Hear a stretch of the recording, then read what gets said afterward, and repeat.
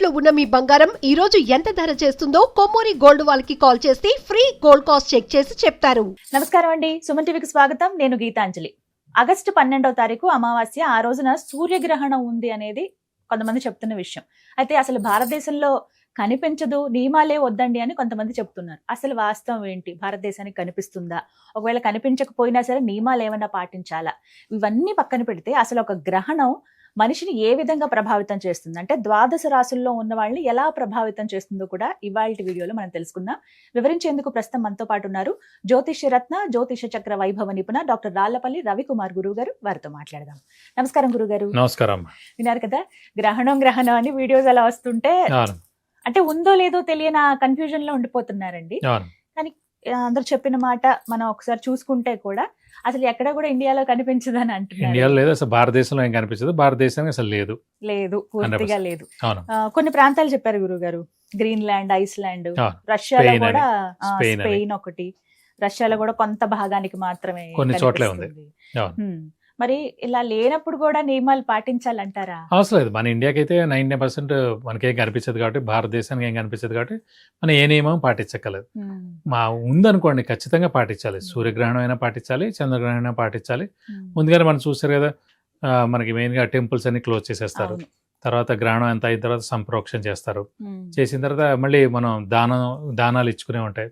సూర్యగ్రహణం అయితే ఈ దానం, చంద్రగ్రహణం అయితే ఈ దానం, ఏ నక్షత్రానికి పట్టింది, ఏ రాశికి పట్టింది. నక్షత్రం ఉందనుకోండి, ఏ నక్షత్రం అయితే ఉందో ఆ నక్షత్రం పక్క నక్షత్రం, ఆ పక్క నక్షత్రం చూసుకున్నా కూడా ఆ రాశి అంతా ఏదైతే కవర్ అయితే ఆ రాశి వాళ్ళందరూ కూడా కంపల్సరీ పాటించాలి. మెయిన్ నక్షత్రం ఏందో దాన్ని బట్టి ఖచ్చితంగా పాటించాలి. మెయిన్గా నేను చాలా చోట్ల చూశాను. ఉదాహరణకి నేను చెప్పేది అంటే, మాకు తెలిసిన వాళ్ళే ఉన్నారు. ఒక పిల్లాడు, ఇద్దరిదే చెప్తాను, ఎక్కువ ఏం చెప్పను, ఇంపాక్ట్ ఎంత ఉంటుందని. 20 ఏళ్ల కుర్రాడు ఉన్నాడు. అతని నక్షత్రం మీద ఈ రోజు గ్రహణం వచ్చింది. అనుకోకుండా ఈ రోజు కాలేజీకి వెళ్ళాడు. సో అంటే ఇది తెలిసి చేస్తున్నారా తెలియక చేస్తున్నారా అని కాదు, గ్రహణ ఎఫెక్ట్ ఉంటుందా లేదు. ఎందుకంటే గ్రహణం ఎందుకు ఆ రోజు ఎఫెక్ట్ ఉంటుందంటే, పంచభూతాలు ఏవి కూడా ఇంకా మనకి ఇదిలోకి రావన్నమాట. అవి మన ఇదిలో ఉండవు ఆ రోజు. అంటే మీరు చూసుకోవడానికి వాటర్ కానివ్వండి, మనకి నిప్పు కానివ్వండి, ఏదైనా తీసుకోండి, భూకంపం కానీ ఏదైనా సరే, పంచభూతాలు ఇంకా మన చేతిలో ఉండనమాట. సో ఒక అబ్బాయి ఆ రోజు కాలేజీకి వెళ్తున్నాడు. ఆ రోజు గ్రహణం ఆ నక్షత్రం మీద అతని మీద ఉందన్నమాట. తను జస్ట్ స్లిప్ అయి బస్సు ఎక్కబోయి స్లిప్ అయి పడ్డాడు. ఎన్నో రోజులు కోమాలో ఉన్నాడు. ఈ రోజు కూడా ఇంకా సెట్ కాలేదు. 15 ఏళ్ళు అయిందండి. ఇంకో అతను ఉన్నాడు, జస్ట్ అనుకోకుండా, ఇప్పుడు చూడండి చెరువుల్లోకి వెళ్తూ ఉంటారు, అదేదో సముద్రంలోకి వెళ్తూ ఉంటారు, ఇలా అంటారు చూడండి. మత్స్యకారులు కూడా వాళ్ళకి హెచ్చరిక ఇస్తారు. మొదటి ప్రమాద హెచ్చరిక అని, రెండో హెచ్చరిక అని, మూడో హెచ్చరిక అని. ఈ గ్రహణం వస్తున్నప్పుడే ఇవన్నీ కూడా విపరీతంగా, ఎందుకంటే గ్రహణం మెయిన్ ఏంటంటే 2 సార్లే వస్తుంది. ఒకటి అమావాస్య రోజు వస్తుంది, లేదంటే పౌర్ణమి రోజు వస్తుంది. మెయిన్గా ఏంటంటే అది ఫిక్స్డ్, రూల్డ్ అవుట్. అలాగే ఈ పౌర్ణమి కానీ అమావాస్య కానీ వచ్చినప్పుడే విపరీతంగా సముద్రంలో అలలు రావడం, సముద్రంలో ఆటుపోట్లు రావడం అన్నీ జరుగుతాయి. అలాగే భూకంపానికి కూడా అది మనకి ఈజీగా తెలుస్తుంది. కాబట్టి ఏంటి, ఆ టైంలో మనం అసలు వెళ్ళకూడదు. మన నక్షత్రం మీద ఉన్నా, మన రాశి మీద ఉన్నా అసలు మనం బయటకు వెళ్ళకూడదండి. ఏదో ఒక విధంగా మనల్ని ఏదో ఒక ప్రాబ్లం క్రియేట్ చేస్తుంది.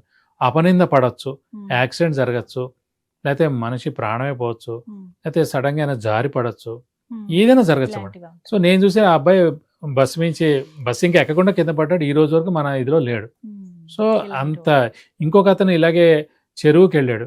చెరువులో అతను చనిపోయాడు. నలుగురు వెళ్ళారు, ఇతను ఒక్కడే చనిపోయాడు. ఇతని నక్షత్రం అదే అన్నమాట. సో నేను క్లియర్గా అలా ఒక 5-6 ఇన్సిడెంట్స్ చూశాను. సో నేనైతే ఖచ్చితంగా చెప్పగలను, గ్రహణం అప్పుడు మన నక్షత్రం ఉన్నప్పుడు మనం చాలా పాటించాలి, చాలా జాగ్రత్తగా ఉండాలి. ఇప్పుడు మనకి దేవుడి తెలియంటే భారతదేశంలో ఏం లేదు కాబట్టి 100% మనకి ఏ ఇంపాక్ట్ లేదు. సో ఎవరేం పాటించక్కలేదు. సో మనకి సంబంధం కూడా లేదని చెప్పుకోవచ్చు. టైం మామూలుగా అయితే మన ఇండియన్ టైమింగ్స్ చూసుకుంటే రాత్రి 9:02 నుంచి మనకి మనకి అర్ధరాత్రి మనకి 2 దాకా అని తెలుస్తుంది. మెయిన్గా పీక్ టైం మటుకు 11:16. అంటే ఆ ప్లేసెస్లో మన తెలుగు వాళ్ళు ఎవరైనా ఉంటే మటుకు ఖచ్చితంగా పాటించాలి. ఎందుకంటే మెయిన్గా ఏంటంటే ఆ సమయానికి మనం స్నానం చేయడం, కొంచెం ఆ టైంలో మనం మెయిన్గా, సో ఆ టైంలో మనకు వచ్చిన శ్లోకాలే మనం చదువుకోవడం, ఆ టైంలో ఏం ఫుడ్ తినకుండా ఉండడం, మనకు వచ్చిన శ్లోకాలు. మనకి శ్లోకాలు రావు, పాట పెట్టుకోండి, లేకపోతే ఏదైనా శ్లోకాలు, అష్టోత్తరం పెట్టుకోండి, ఏదో ఒకటి పెట్టుకోండి. ఎందుకంటే 365 డేస్లో 1 రోజో 2 రోజులో వస్తుంది మన గ్రహణం. సో ఆ గ్రహణ సమయంలో మనం ఎంతసేపు పూజ చేస్తే అది 1000 times మల్టిప్లై అవుతుంది అన్నమాట. సో ఆ పవర్ మనకు వస్తుంది అన్నమాట. సో అందుకే ఆ టైంలో మనం ఏదైనా అష్టోత్తరం చదువుకోవచ్చు, లేదా శ్లోకం చదువుకోవచ్చు, లేదా విష్ణు సహస్రం చదువుకోవచ్చు, లలితా సహస్రం చదువుకోవచ్చు, లేదా ఏదైనా మంత్రం పఠించవచ్చు, ఏదైనా చేసుకోవచ్చు అన్నమాట. సో ఆ ఏరియాలో మన తెలుగు వారు ఎవరైతే ఉంటారో ఈ సమయంలో కనుక మనకు వచ్చిన ఏమైనా చదువుకుంటే ఫస్ట్ పట్టు విడిపో అనమాట. సో 9:02 అనుకున్నాం. సో 9:01కి స్నానం చేయడం, తల స్నానం. మళ్ళీ అయిపోయిన తర్వాత 2ంటికి అర్ధరాత్రి అక్కడ టైమింగ్స్ ఇచ్చిపిచ్చిగా మనకి అంత క్లియర్గా చెప్పలేకపోతున్నాం కాబట్టి ఆ మొత్తం వీడిపో అయిపోయిన తర్వాత ఆ టైంకి మళ్ళీ తలస్నానం చేయడం. ఆ ముందు ఏం తినకుండా తర్వాత కూడా తినకుండా ఉండి నెక్స్ట్ రోజు మనం మళ్ళీ తలస్నానం చేసేసి ఒక పూజ చిన్నది చేసుకుని మళ్ళీ మన నిత్య కృత్యంగా మనం జాబ్కి వెళ్ళిపోవడం అన్ని చేసుకోవచ్చు. అవకాశం ఉంటే అక్కడ దానమైనా ఇచ్చుకోవచ్చు అన్నమాట. సో అందుగురించి ఏంటంటే ఖచ్చితంగా మన ఇండియాకి అయితే ఏం లేదండి. సో ఫారెన్లో ఆ ప్లేసెస్లో ఆ 3-4 ప్లేసెస్లోనే ఉన్నాయి. సో భయపడాల్సిన అవసరం 100% లేదు. అయితే ఇక్కడ ఉన్న వాళ్ళు విశేషంగా మంత్రదీక్ష తీసుకున్న వాళ్ళు కావచ్చు, అలాగే సాధన చేసే వాళ్ళు, వారు ఆ సమయంలో జపం చేయమంటారు. వాళ్ళు చేసుకుంటే కనుక చాలా మంచిదే, ఉన్నంతలో వాళ్ళు చేసుకుంటే మంచిదే. ఎందుకంటే వాళ్ళకి అది చేసుకుంటే ఇంకా పవర్ పెరుగుతుంది. సో మిగతా వాళ్ళైతే అవసరం లేదండి, భయపడద్దని 100% భయపడాల్సిన అవసరం లేదు.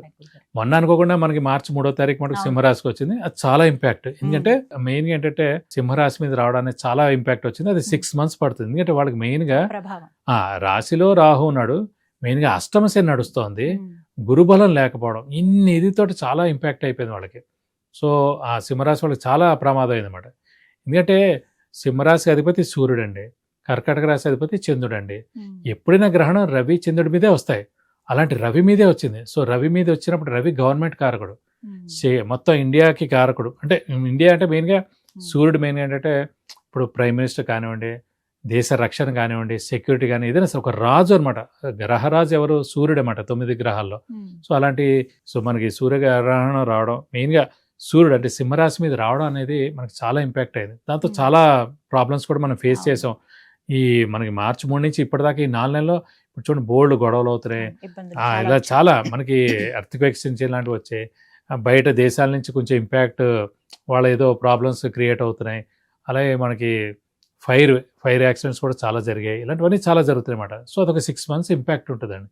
దేవుడి దయ ఏంటంటే మనకి భారతదేశానికి ఇప్పుడైతే ఈ గ్రహణం అయితే లేదు కాబట్టి మనం ప్రశాంతంగా ఉండొచ్చు. చక్కగా ఒక అవగాహన. ధన్యవాదాలండి. నమస్కారం.